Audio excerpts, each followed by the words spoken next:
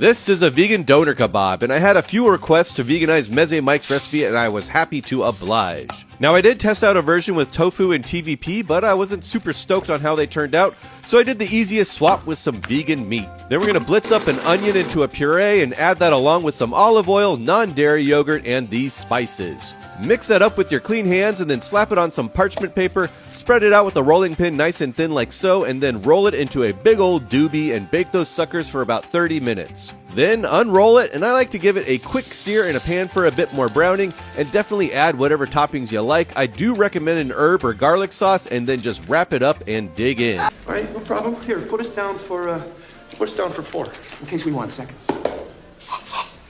I'm no chef, but I be cooking, and you don't need to add meat to your collard greens for them to taste good. So if you're a vegan like me and you still want soul food for the holidays, save this recipe, and I promise you it won't disappoint. Let's get into it. Clean your greens with water and vinegar, rinsing them thoroughly. Cut the stems out. Stack a few on top of each other, roll them up tightly, and cut them into ribbon shapes, then cut those ribbons in half. Dice an onion and slice some shiitake mushrooms.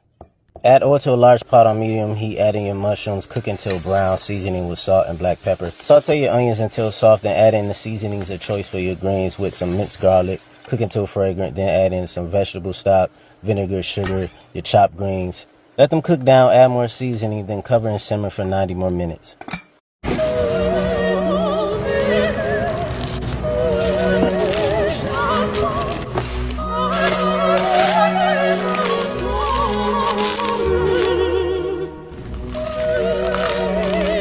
Freezer-friendly White Castle sliders, but homemade and vegan. And yes, I've had the original non-vegan and the vegan ones, and homemade is just better in my experience. And the traditional way to cook them is by steaming them on top of some onions so the patty never actually touches the grill.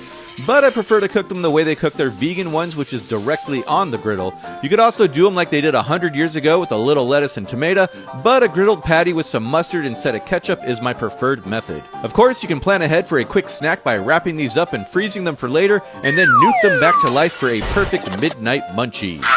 Some people might consider this a hack. We just do it on a daily basis because this is the easiest way to add protein to almost anything. And it's just like when parents hide veggies in sauces for their kids, except this is the grown-up high-protein version. And all you need to do is blend up a block of silken tofu. It perfectly melts into basically any sauce. You name a sauce and I bet silken tofu will work in it. It makes them silky, creamy, and honestly it's impossible to detect. Creamy pastas, spicy noodles, curries, salad dressings, thick soups, and deliciously saucy tray bakes. You know the mega viral dumpling one. And it gets even better because it's got around 6 grams of protein per 100 grams, so a 300 gram block gives you nearly 20 grams of extra protein without changing the flavour or texture of the meal.